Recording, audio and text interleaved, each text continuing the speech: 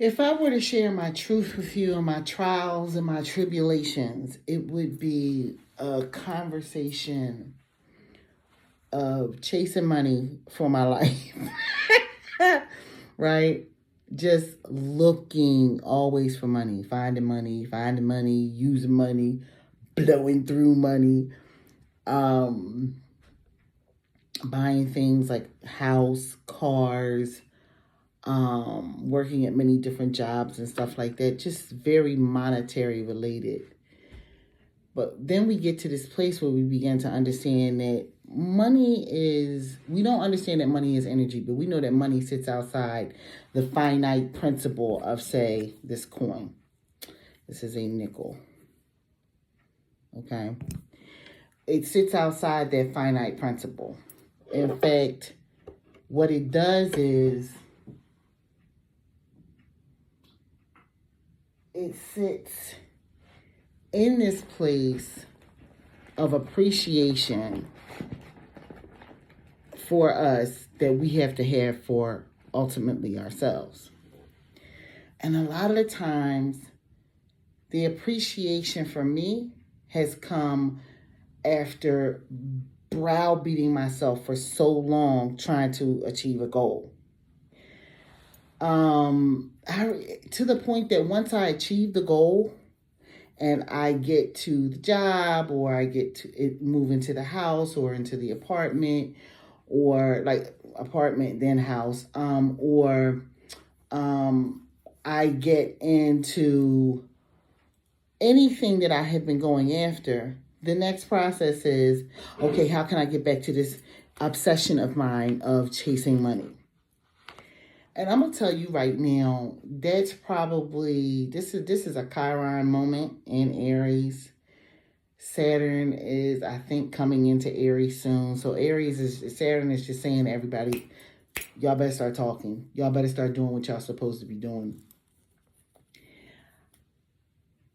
This is a public wound of chasing something that was set up for me to chase from a young age. The many different words and languages and tones and feelings that were used around money when I was growing up were vastly different. I had one parent who was all about restriction. Okay, he didn't have nothing. It was impossible. You know you can't have a quarter. I need that quarter, right? And I was like, no, you don't. And I'm going to go get some pretzels with these, And then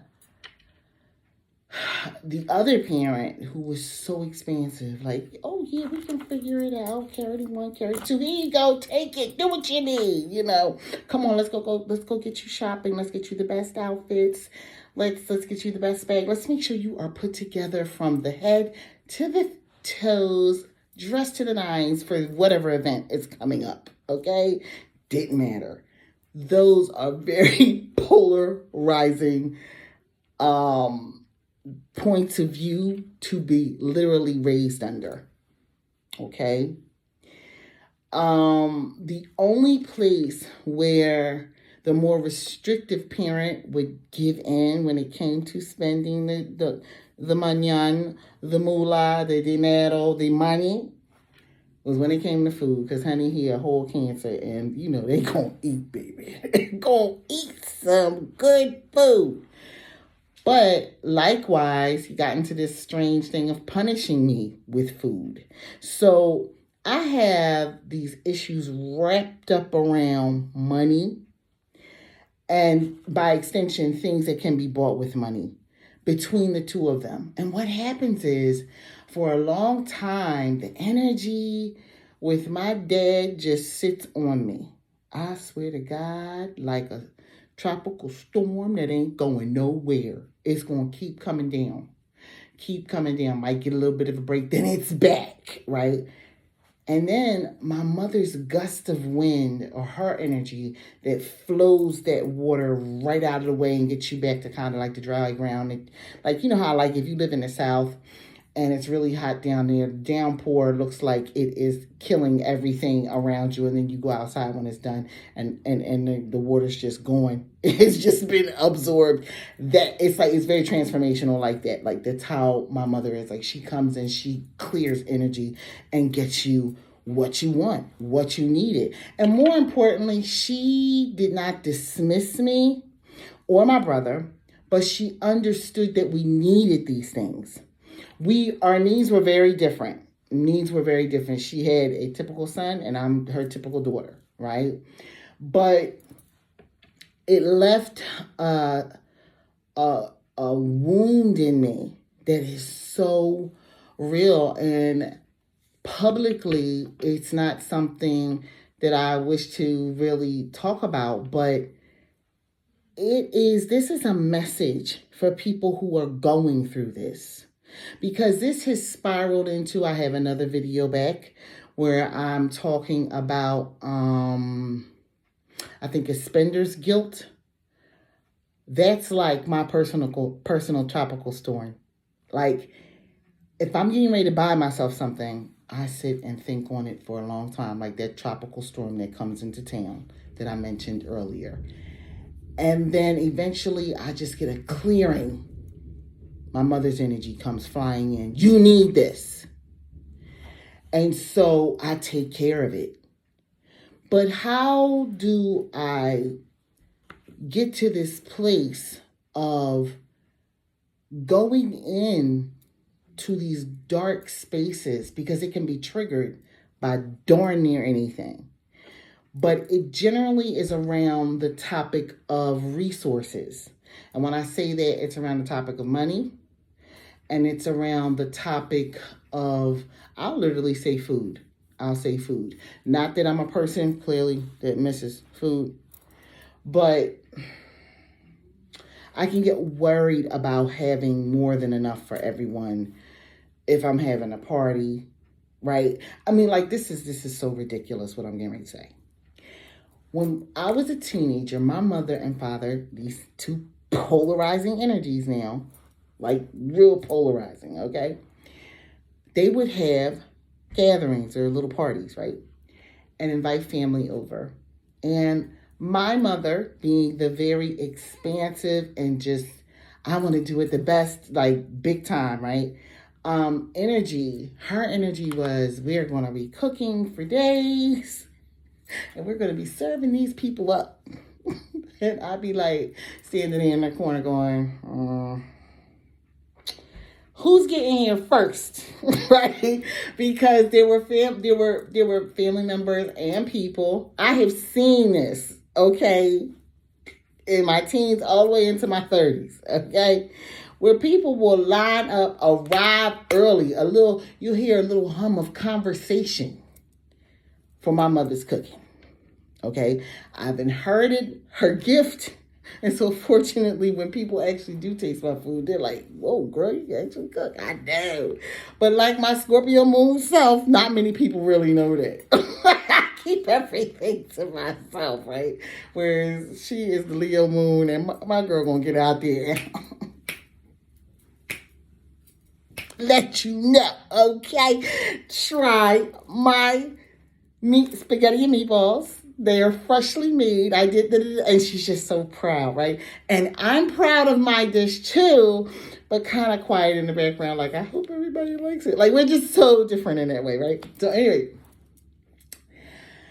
she would be cooking, okay? So let's say, generally these things would take place on Saturday. So Friday night and Saturday morning, I knew what my day was going to be. And if I happened to be off from work on Friday, because this is when I was in my late teens, so I'm out of high school, but I'm still home. And if that's what was going to happen, honey, I had a list. So much so that, for real, by the time I'm 19, I really had it in hand. I'm perfect at it, because this stuff was happening when I was young. Like, all people from the neighborhood, people from their religious institution, and family. Okay, So she loved to put on a party and cook, right? And when I was young, it was all of that crazy energy of hers in the morning on the day of the event, yelling at me to get all this stuff together. Mind you, I got a whole brother, but she's yelling at me, right? But eventually I got to the point where I began to understand her process. Okay, there's going to be another function here. Let me get that. I knew what things had to be stacked, what had to be out, how napkins had to be laid, folded, if they were going to be folded, if they were actually cloth or if they were paper or, like the Chinette thick ones.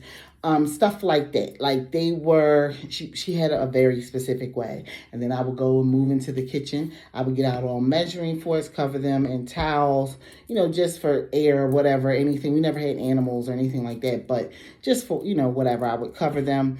I would get out, make sure that the butter was softened for, cakes that she was making, so that was out doing its thing. The eggs were room temperature. Like you understand? I became like the logistical, let's get this house together for the event. And I'd be creep vacuuming the house down in the living room and everything, where everything was going to be at.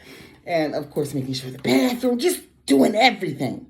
So that by the time the morning of the event came, she wasn't messing with me at all.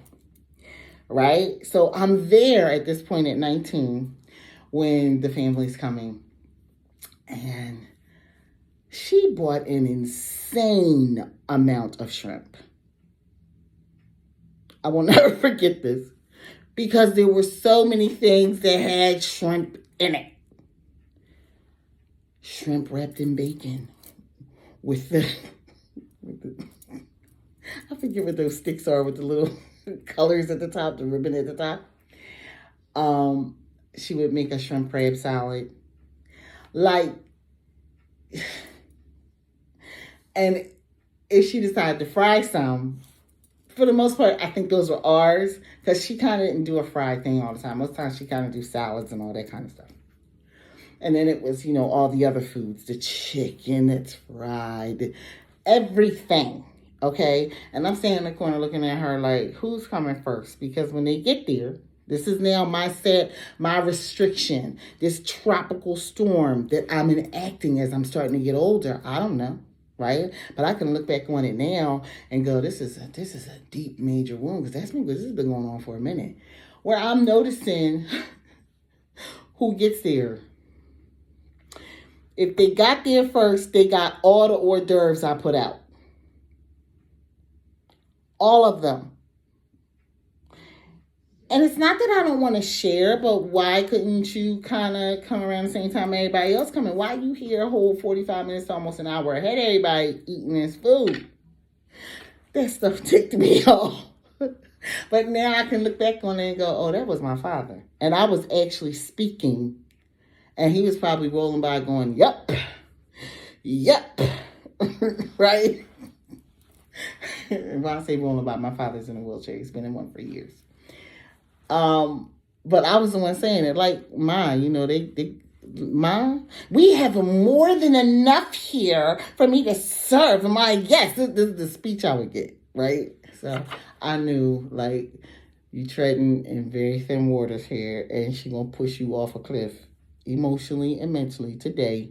And this will be a bad day for you if you go further with this conversation. So I knew to let it go. But those were truthfully the themes that were playing out in my home for a very long time, that now I can look back on at the lovely ripe age of 52 and go, dang, I've been dealing with this chasing money mess for a long time. And then I've been dealing with the cleansing energy of when it comes in. I trust the energy of money. You would think, though, because of this weird wound I have around it, that I don't, but I do. Because the one thing I remember saying stuff out of my mouth when I was like in my teens, oh, money is just, it flows in, it flows out. It's always, the key is to catch some more while it's flowing. And I said that very simply, living in my parents' home as a teenager. The key is to catch more while it's flowing, no, isn't it? Isn't that all of our goals, especially 2025? I'm just saying. This is a pretty deep wound that was there with me, and my flow was literally my mother. My father was the restriction. He was the ebb. He literally was the you don't want to do, like, he was that person. And so it's through no fault of his. It's literally how I kind of perceived everything, because it works for him. He lives a certain way, and he lives well. He's not doing bad for himself at all. Okay? The difference is, though, I'm a very spiritual person. So I'm looking like, why is this such an issue for me? I have gotten, and I've come here and I've shown you guys this. I've got many journals in the past, just be writing myself into a vibration. But staying there has been a hard process because of this inner wound. And this is a big wound. So this is coming out on YouTube. Okay. When I decide that I'm going to face my fears, one of the first things that I do if I'm going through anything when it comes to money, I open all mail and look at everything. I don't care how hard it is. If this video reaches anyone and you are just looking for tools for this, read your mail. Okay? I know you're thinking, that's not important. I know what it is, but read the mail. Just read it. And then write on that mail what outcome it is that you want. I would suggest you get a red Sharpie or one of your kids' red crayons and write paid in full. This applies to anything that comes to your home in the mail. Read your mail. Because a lot of the times it's junk. It's not pertinent. Okay, that's number one. Number two, to heal this wound, especially, and this is why I keep coming here, I will continue to tell you all to look fully into your birth chart. Because as you look fully into your birth chart, you're going to learn a lot more about yourself. And I have known, like, I've got some very strong placements in my chart. Beautiful, strong placements in my chart. But I swear up and down, they have been like the bane of my ideas when it comes to pushing them out of recent, because I hit some type of spiritual wall. And I know for the people that are watching this, I know you like to think it's you, but it's not. Anyway, this is what works out in your chart. You really can see what you came here to work on. And so you may have drawn to you people that are going to keep you terrified and not looking at what you really need to be looking at for yourself. So one of the main things that I just decided, there's something sitting in this chart. And I have been studying my astrology chart like a crazy person for years. As my daughter likes to tell people, my mom was drawing circles and pieces of paper, making charts before they was doing this online. Like, we get these suckers for free in a couple of seconds once you plug in the pertinent information. So let's say that what you do is you understand that you have all these amazing placements in your chart, but something that you really want. And it's so funny because I was listening to a young lady yesterday who was talking about this. She really wants love, and just it eludes her. But it was so funny as I was looking at her placement for everything. I said, it's not going to elude you. It's going to elude you till you're older. When you're older, that's when that's going to kick in. It's that simple. That's what I could see, plain and simple. And that's what it's going to happen for her. But I understand the need to go into that chart, especially if you've got your birth time, because you can just really find out a lot with yourself. And then with the advent of so many different books, so many different trusted well-known, well-researched, and very prolific astrological readers, you can find out more about yourself. However, they may still not unlock a code for you that you need unlocked. And so I'm here to tell you this: if you have Saturn sitting in your 12th house, it is major and it is having a big effect on the rest of your chart. Period. I have said something like this before. The video is right here at this channel. And I believe I also have something similar over at TikTok, where what I'm telling you is, I know a lot of people look at Saturn as it is a personal placement, because not everybody I know has Saturn set up the same way. It might be returning the same year, maybe. And I think it is generational, but where it is different according to each person. And so I'm just here to tell you, take the mask off and look at what is upsetting you. Look at what is hurting you. Look at what is holding you back. Look at what you wake up in the morning thinking about and go to bed thinking about at night. There's something. And I'm here as a Cancer rising to tell you over and over again, this can be figured out. This can be alchemized. You can transform or transmute this energy. You can change it and begin to make it work for you. Even if you don't have Saturn in the 12th house, I think Saturn teaches a big lesson no matter where it is. Okay? Period. Okay?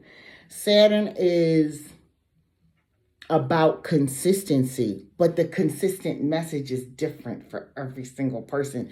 Even with the same placement that I have, the effect is slightly different for every single person. Not everybody had my mom and my dad. And so for me to have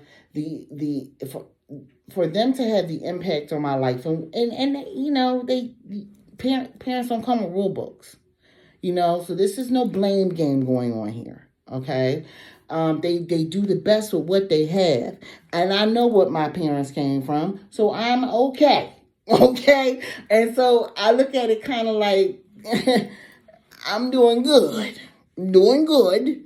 Now I need to learn. I need to jump on this. And I need to give it to the world. I'm here to help you be your phoenix rising from the ashes.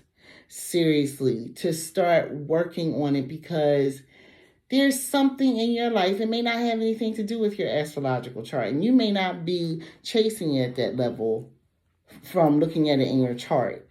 But you're chasing it in your life. Come back to my channel. Like, share, comment, and subscribe. But come back to this channel to learn more about how to anchor yourselves. Real quick, one of the biggest things is facing your fears. And when your fears, like my fears, reach up and they talk to me, they will literally say to me what I'm saying to myself in my head. I know what I'm keeping from someone. I know when I'm being quiet around a certain subject because it is a bad subject for me. But I have learned over time that there are things that I can inform people of, but the nitty gritty, because I've just learned over time, not everybody has the skill set that I have. And so, and not everybody has the problem or the inner wound that I have. There are some people who I literally can quote going, who cares about money? I'll burn money. And I mean, these are human beings living on this planet right now. And I look at them and go, did you just say you would burn money? You see my little ram horns coming up? Whole Aries sign thing coming out.